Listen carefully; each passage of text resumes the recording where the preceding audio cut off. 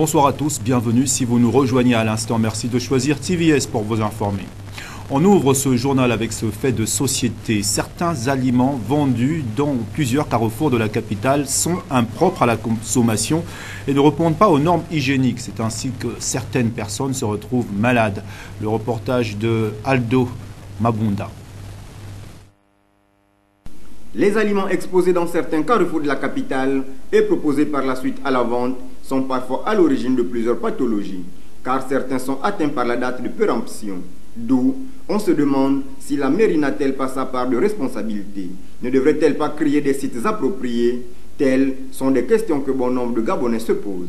Je me retrouve comme ça parce que la mairie, l'État, ne m'a pas donné un lieu sûr que je peux être. Je dois faire bien des choses. Parce que quand la mairie va me donner un lieu sûr, c'est là que ça va me permettre d'avoir une locale et protéger aussi mon produit, ce que je vends.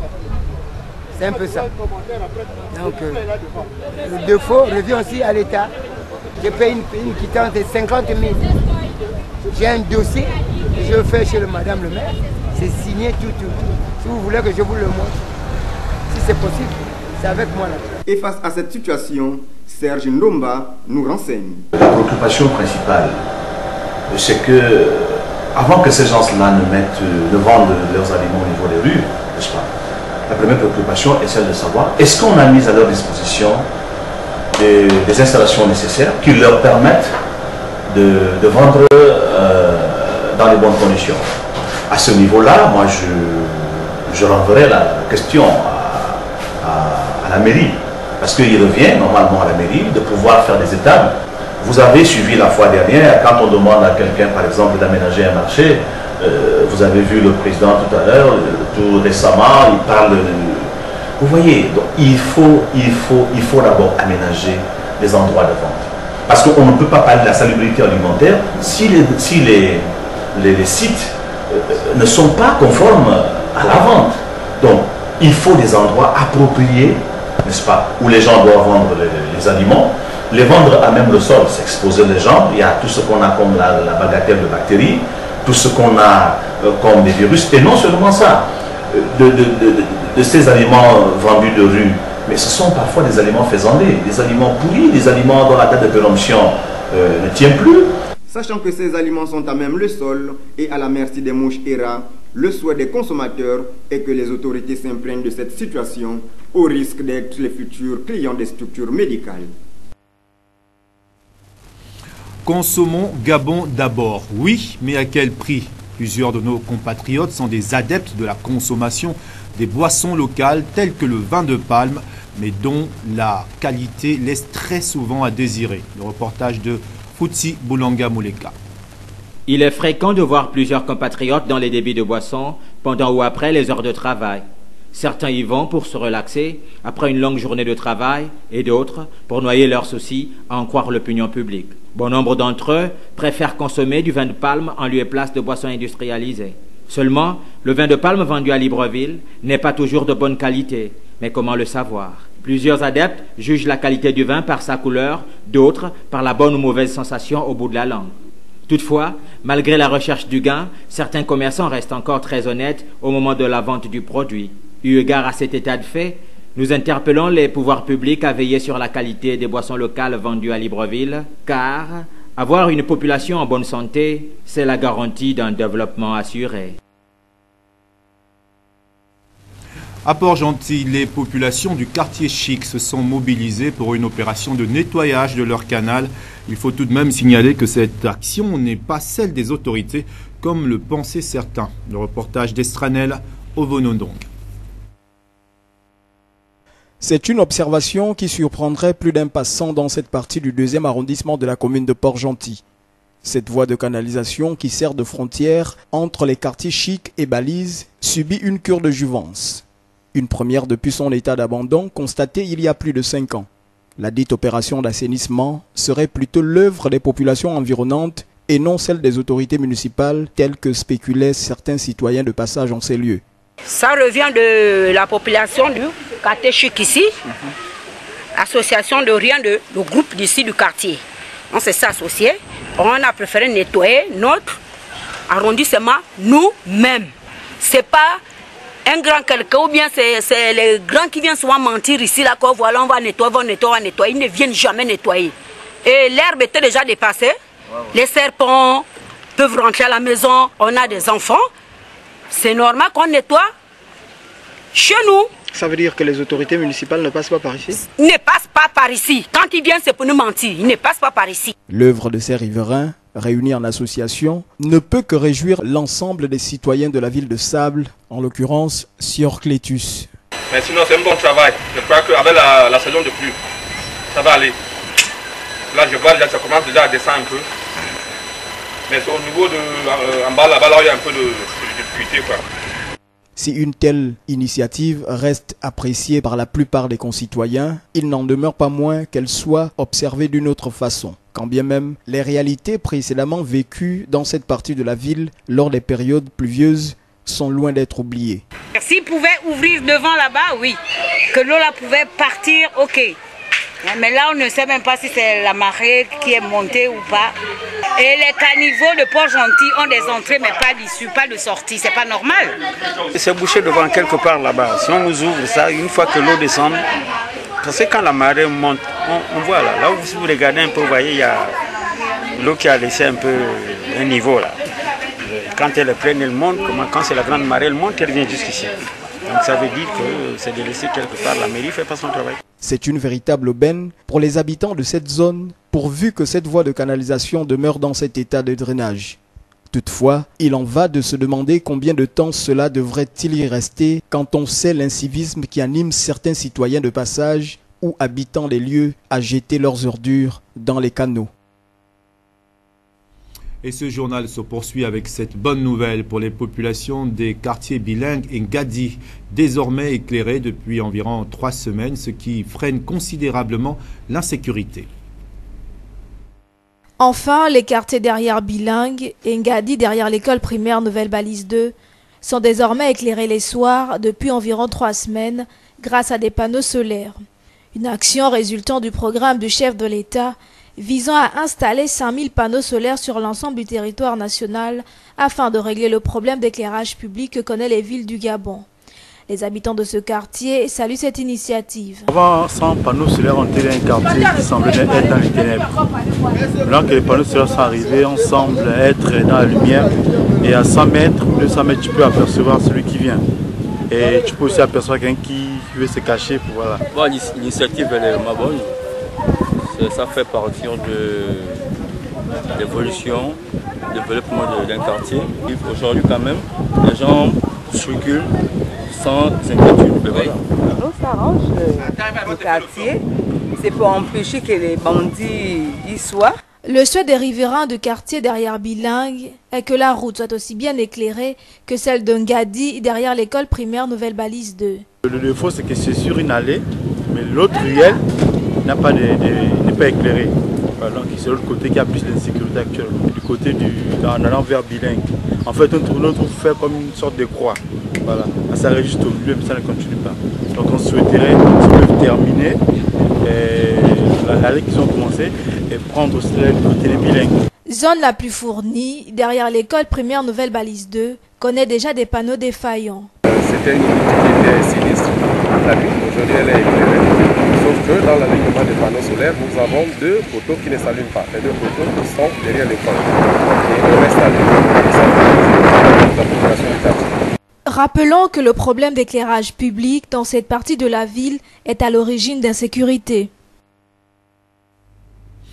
À Libreville, une fois de plus, Eliane Frida Mindungani vole au secours des parents d'élèves en ces temps de crise. Pour cette rentrée de classe, le maire du 6e arrondissement a doté de nombreux élèves en kit scolaire. Dans l'objectif d'alléger le poids des dépenses auxquelles sont confrontés les parents en début d'année scolaire, Eliane Frida Mindungani a offert à plusieurs centaines de jeunes élèves des kits scolaires. Vous savez très bien que c'est l'un de nos points phares, donc œuvrer dans le social. Et aujourd'hui, nous sommes à la veille de la rentrée scolaire. On ne fait que respecter un acte qu'on a commencé à perpétuer depuis que nous sommes à la tête de la mairie. Si le montant de l'opération n'a pas été communiqué, ce sont 350 kits scolaires qui ont été gracieusement distribués. Nous avons, dans cette salle, nous avons 150 à distribuer. Ensuite, nous avons des enfants qu'on a regroupés par une ONG. Et après cette distribution, nous allons aller auprès de cette ONG pour faire la distribution. Il y a des enfants aussi des églises de l'arrondissement. Nous avons essayé de demander aux responsables des églises de l'arrondissement de nous sélectionner les enfants de familles démunies afin que nous puissions procéder à cette distribution. Un élan de générosité fortement apprécié par les parents d'élèves. Déjà, pour moi, c'est un geste très favorable. Parce que ça essaie de les alléger les parents par rapport aux dépenses scolaires. C'est vrai que ce n'est pas tout à fait complet, mais c'est déjà bon pour un jeune. Elle en besoin ma mère. C'est une bonne idée, ça va. Bien. À la veille de la rentrée scolaire, vous, qu'est-ce que ça vous fait en tant que parent? Bon, déjà, ça me fait vraiment de bien, vu que ça va me soulager à la veille de la rentrée scolaire. Nous avons tous les problèmes avec le pays qui traverse des situations. Donc, je loue Madame le maire aujourd'hui pour le geste qu'elle a eu à faire envers les enfants du 6e arrondissement. Donc, cela va nous aider au moins à améliorer l'année scolaire de nos enfants. Donc le geste est vraiment louable. Nous remercions Madame le maire pour le geste. Cette remise annuelle de kits scolaires est devenue une tradition à la mairie du 6e arrondissement. C'est dire l'importance accordée par Eliane Frida Mindungani à l'éducation et la scolarisation, surtout aux couches en situation de vulnérabilité. La Confédération syndicale dynamique unitaire était ce matin face à la presse. C'était en l'absence de son président Jean-Rémy Yama. La 3e vice-présidente Chantal Makosso, entourée du bureau, a dénoncé les abus dont sont victimes les travailleurs gabonais. Le reportage de Arnaud Mbabekong. Bravo, dignité, respect. L'atteinte, selon ces termes, des intérêts matériels et moraux liant les travailleurs gabonais, condamnation puis dénonciation des mesures d'austérité en cours dans le pays depuis 3 mois, lesquelles sont illogiques, voire impopulaires selon la Confédération syndicale dynamique unitaire. Les points d'échange avec la presse n'ont pas manqué à Dynamique unitaire, qui a mis un accent particulier de condamnation sur les arrestations et détentions illégales des syndicalistes, parfois dans les prérogatives qui sont les leurs. C'est l'occasion ici de condamner la cabale orchestrée par la directrice de la coopération du ministère de la Culture contre M. Hank Mokambo, président du syndicat national de personnel de la culture SINAPEC, membre de la Confédération syndicale dynamique unitaire, interpellé arbitrairement par la brigade anticriminelle BAC de la police judiciaire le 19 septembre dernier. La Confédération syndicale dynamique unitaire réagira à ce sujet conformément aux voies de droit. La violation des droits syndicaux de travail de M. André Richard Ndi Bekoum, menacé de licenciement pour avoir fait valoir son droit de n'exercer qu'au lieu du siège du syndicat des professionnels de la sécurité sociale, CIPROS, dont il est le président, et ce, conformément au statut du syndicat de l'article 3 de la Convention 87 de l'OIT. Il est en outre suspendu de salaire, mis en garde et fait désormais l'objet d'une mise à pied pour avoir revendiqué son droit à la défense lors de l'entretien préalable des 18 et 19 septembre, qui n'a pas pu avoir lieu à cause d'une interprétation erronée et personnalisée de l'article 51 du Code de travail par le secrétaire général de la Caisse nationale de la sécurité sociale, CNSS. La cabale orchestrée par la CNSS contre M. André Richard Ndi Bekoum est en violation des textes suivants. Les conventions de l'OIT 87, 98, 135 et 158. la Constitution de la République gabonaise en son article 1er, alinéas 7 et 13. La loi 3/94 portant Code du travail en ses articles 51, 300, 301, etc. La situation des agents de la Société nationale des bois du Gabon, SNBG, en voie de licenciement et dont le procès verbal de concertation du 26 juillet 2017 a du mal à être respecté, notamment le paiement effectif des droits légaux, le paiement effectif des mois d'arriérés de salaire, la réembauche des travailleurs frappés par le projet de réorganisation, le versement des cotisations de travailleurs à la CNSS. Un ensemble d'éléments qui a mené la Confédération syndicale à interpeller qui de droit au respect des droits des catégories socio-professionnelles concernées. Et tout non-respect, la structure syndicale entend user de tous les moyens de droit qui viendront compléter les procédures judiciaires entamées par elle par la saisine des juridictions internationales, notamment le Haut Commissariat aux droits de l'homme de l'ONU, la Commission africaine des droits de l'homme, le département des normes de l'Organisation internationale du travail, OIT.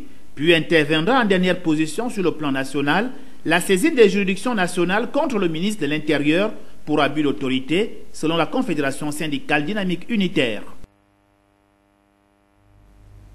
Rien à voir avec ce qui précède. Les experts de la télécommunication ont pris part à la 2e édition du forum sur la gouvernance de l'Internet au Gabon, organisé sous le thème « Internet, un des atouts de la diversification de l'économie gabonaise ». Ces assises interviennent en prélude au Forum international de la gouvernance de l'Internet qui aura lieu à Paris en novembre prochain. Le récit d'Inès Gungamondo.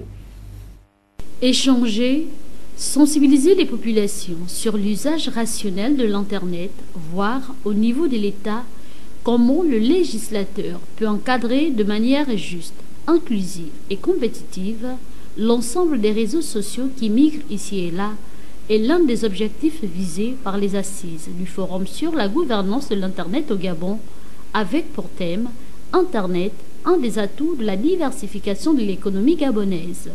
Une rencontre qui a vu la participation de plusieurs experts de télécommunications, tant nationales qu'internationales, puis rehaussée par la présence du ministre de tutelle. Signataire de plusieurs engagements, il serait temps que le Gabon respecte sa part du contrat. Donc le Gabon, à travers ses agences de régulation, donc l'ARCEP et l'ANEF, se doit de respecter et de mettre en pratique les engagements qu'il signe au niveau de la conférence mondiale des régulateurs. Le dernier symposium a eu lieu en juillet à Genève, et de mettre en place un espace transparent, compétitif, mais dans une compétition saine, à travers les acteurs qui permettent aux populations gabonaises d'accéder en toute sécurité à Internet, mais aussi et surtout de tirer le formidable pari du savoir qui existe dans ces réseaux pour en faire une croissance, c'est-à-dire créer des richesses, créer de l'emploi et favoriser l'innovation.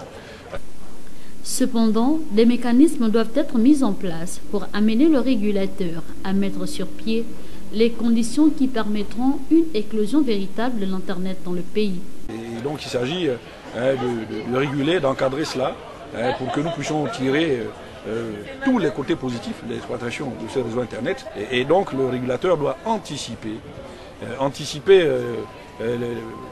au niveau du cadre qu'il met en place, de manière à ce que l'exercice de cette innovation-là se fasse dans le strict respect des lois et de la souveraineté de chaque pays.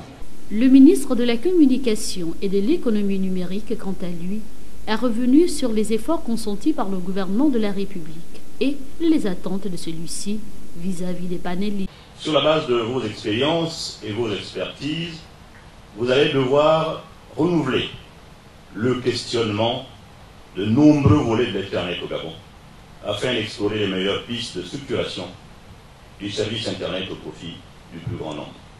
Retenons à toute fin utile que ces assises interviennent en prélude au Forum mondial de la gouvernance de l'Internet qui aura lieu à Paris en novembre au siège de l'UNESCO. Cette rencontre s'est déroulée sans anicroche et le rendez-vous a été pris pour la 3e édition. Et les enjeux de ces assises pour l'Afrique centrale ont été mis en relief par de nombreux experts venus pour la circonstance. Écoutons-les. Ce que nous allons ensemble regarder pour voir quels sont les modèles qui fonctionnent, comment est-ce qu'on peut autour de cet Internet faire de l'argent, soit parce qu'on est un innovateur, parce qu'on est un créateur d'entreprise, créer encore plus de contenu et d'applications localement, ne pas juste consommer des applications qui viennent de l'étranger, mais créer des applications propres en fait à l'écosystème africain et consommer un peu local. Donc le développement des contenus locaux, mais aussi la sécurité autour de l'Internet, puisque finalement Internet ce n'est pas un fleuve si tranquille que ça apporte des avantages, mais il y a aussi des inconvénients. On parle beaucoup de cybersécurité. L'objectif est de pouvoir mettre un cadre sous-régional sur la gouvernance de l'Internet. Pour ce faire, il faudrait que chaque État membre de la sous-région puisse avoir cette plateforme. Donc il y a un canevas qui a été mis en place au niveau continental.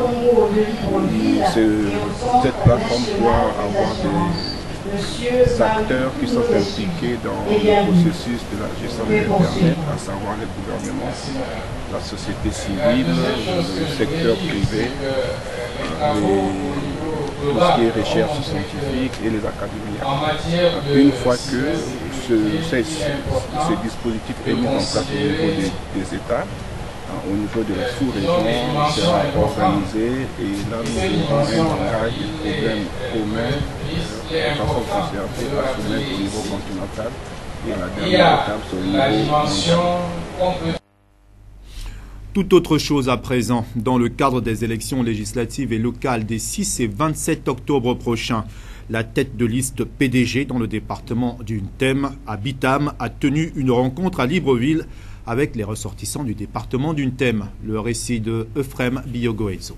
Nous avons eu une réunion la semaine dernière pour mettre à la disposition de nos frères et sœurs de ma circonscription politique toutes les informations relatives, n'est-ce pas, à la conduite de la campagne qui s'en vient. Vous savez bien que je suis candidat aux législatives et que pour qu'une élection se passe bien, il faut une préparation avant. On ne peut pas directement nous retrouver au moment d'ouverture de la campagne le 25 pour pouvoir affiner certaines stratégies. Donc il était important que le directeur de campagne d'abord soit rendu public, qu'on sache effectivement quelles sont les différentes personnes qui sont opérationnelles sur le terrain, mais également, n'est-ce pas, essayer de décliner le chronogramme, n'est-ce pas, du fonctionnement de cette campagne-là.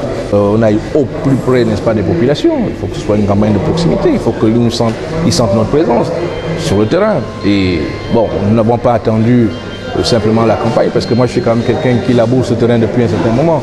Je ne suis pas quelqu'un qu'on va découvrir spontanément, donc j'ai des équipes qui circulent. Donc, je pense que ce sera une bonne campagne. Je voudrais simplement que toutes les personnes qui sont engagées le fassent de façon énergique et que, ma foi, nous pouvons légitimement, n'est-ce pas, penser qu'au soir du 6 octobre, nous pouvons en terminer sans attendre le résultat. J'informais les camarades que nous devons partir à Bitam pour la campagne et que la prochaine réunion préparatoire à la campagne aura lieu le 24 à Bitam. Voilà.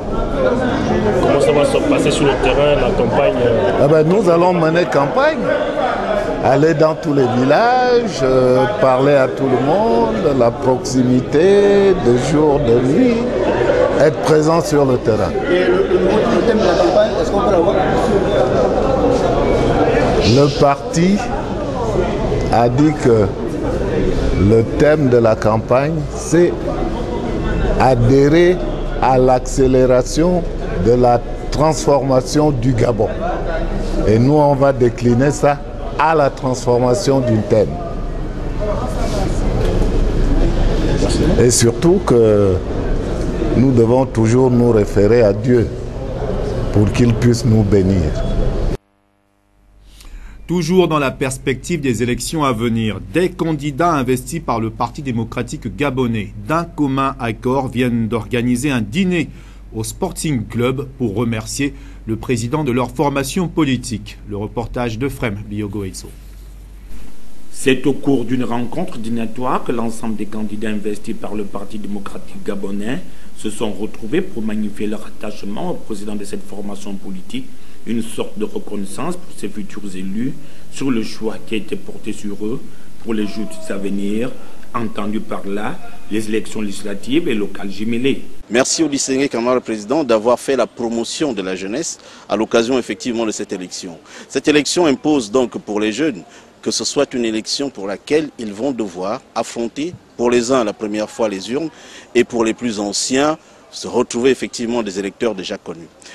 Pour ces jeunes-là, il fallait qu'ils puissent se retrouver ensemble, déjà pour célébrer ces investitures, mais au-delà de la célébration des investitures, de réaliser combien de fois pèse dorénavant sur eux une obligation de résultat. Une obligation de résultat qui va amener ces jeunes à prendre en compte le fait qu'ils ont accepté d'être des soutiens d'Ali Bongo Ondimba. Ils le reconnaissent, ils le clament et n'ont pas peur d'aller affronter les urnes pour défendre effectivement la politique d'Ali Bongo Ondimba. Il faut ne pas perdre d'esprit que, à la différence des autres partis politiques du Gabon, le Parti démocratique gabonais est le seul qui fait la promotion du lien intergénérationnel. Et on a pu se rendre compte dans le choix qui a été fait des différents candidats que plus de 30% des candidats investis au PDG sont des jeunes. Plus de 30 candidats investis au PDG sont des femmes. Donc il y a un parfait dosage de jeunesse, de femmes et d'expérience. C'était donc l'occasion, plus que jamais, pour ces jeunes-là, de remercier le chef de l'État, c'est-à-dire le distingué camarade président, d'avoir tenu cet engagement pris à Port-Gentil lorsqu'il proclamait que ce septennat allait être le septennat de la jeunesse. Vu l'homogénéité du groupe qui a prévalu lors de ces retrouvailles aux allures festives, il ne s'est fait plus aucun doute que le parti au pouvoir abordera ces échéances en rang serré. Nous nous sommes réunis entre jeunes colistiers candidats au Sporting Club entre pédégistes afin de remercier le chef de l'État pour l'investiture de plus de 30% de jeunes et de femmes pour cette prochaine élection. Alors nous sommes surtout là pour confirmer que nous les jeunes avons décidé de ne plus être des porteurs de valises, des colleurs d'affiches. Nous avons décidé de prendre notre destin en main et nous allons gagner cette bataille.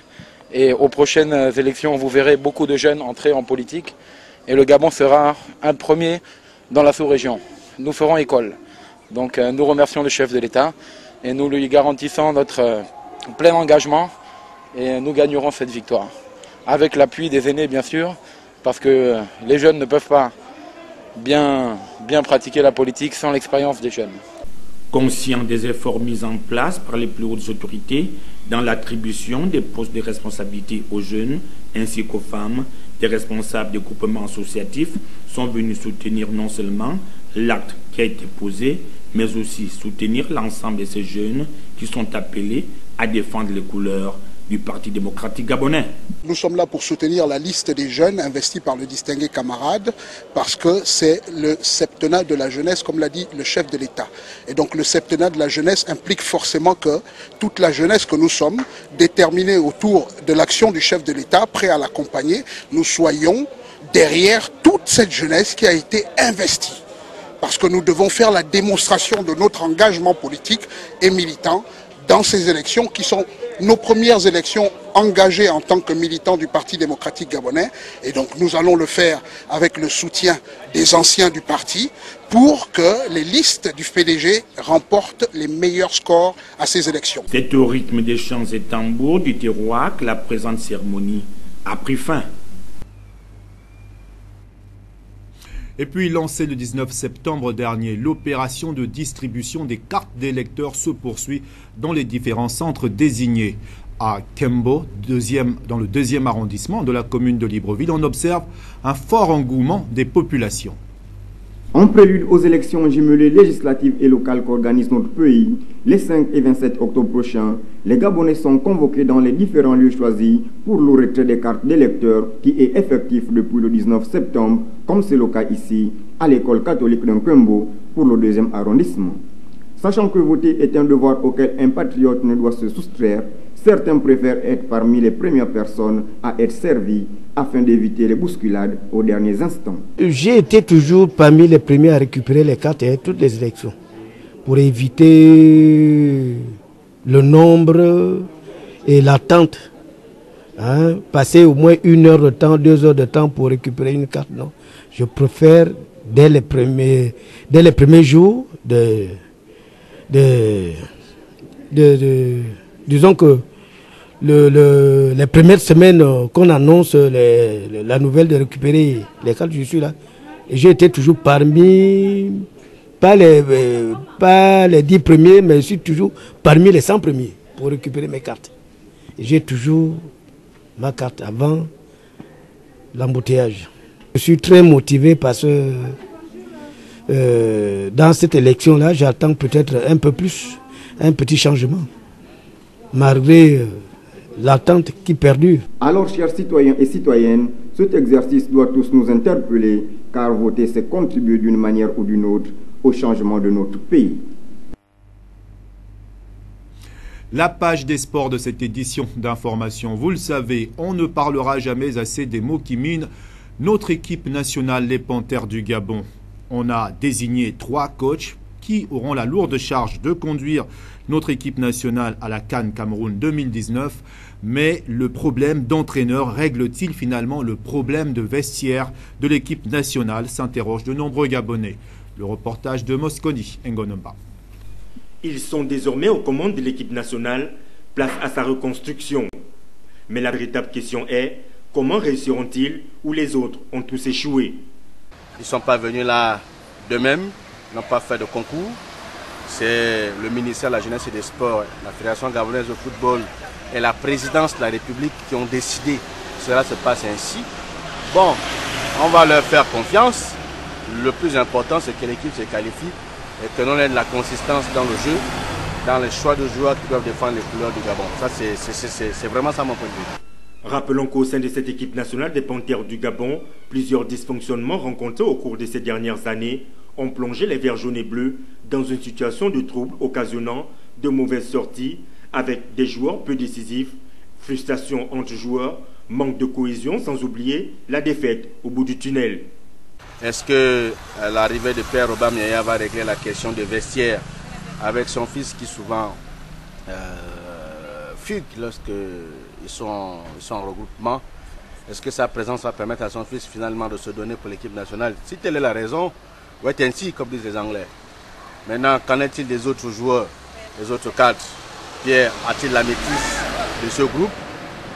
Wait and see, comme disent les Anglais.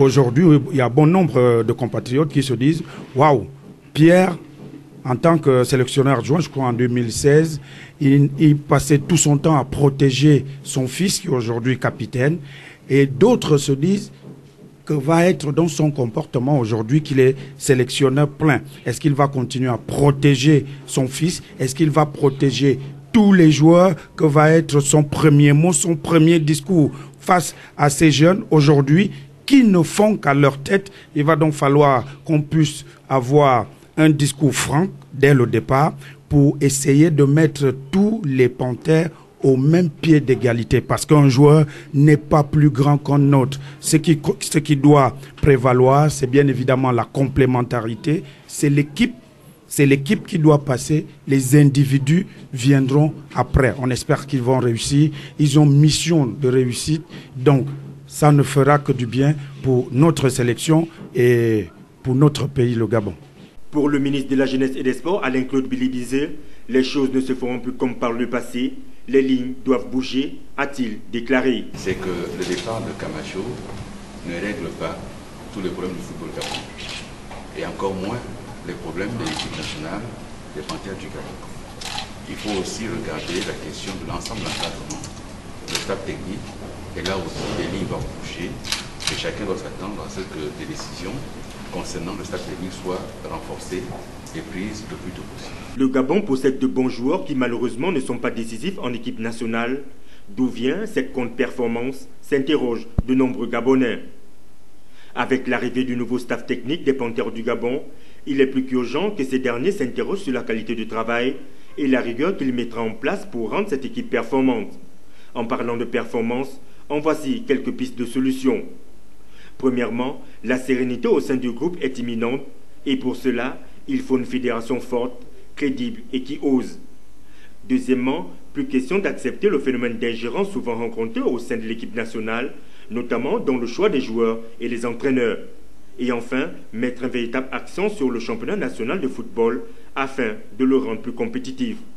Messieurs, les commandes, vous les tenez, À vous d'appuyer.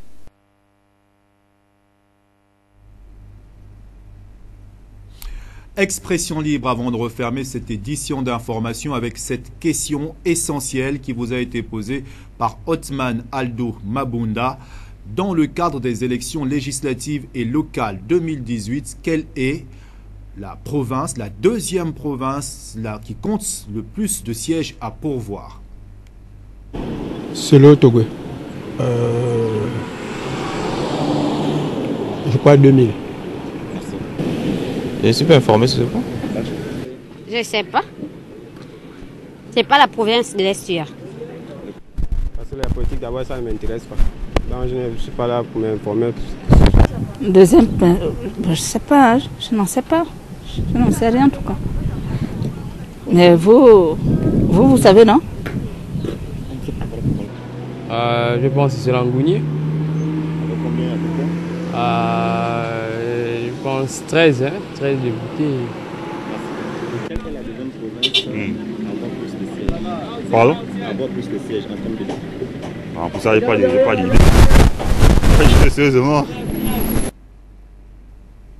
Voilà, dans le cadre des élections législatives et locales 2018, quelle est la deuxième province du Gabon qui compte le plus de sièges à pourvoir? À cette question, il fallait tout simplement répondre le Haut-Togoué.